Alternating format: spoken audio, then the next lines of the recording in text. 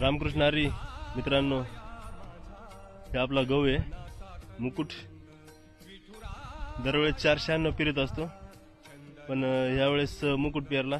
बऱ्याच जणांचं म्हणणं आलं की मुकुट चांगला लागतो खायला, चपात्या चांगल्या होत्या, पुरणपोळ्या चांगल्या होत्या. म्हणलं बघू खाऊन.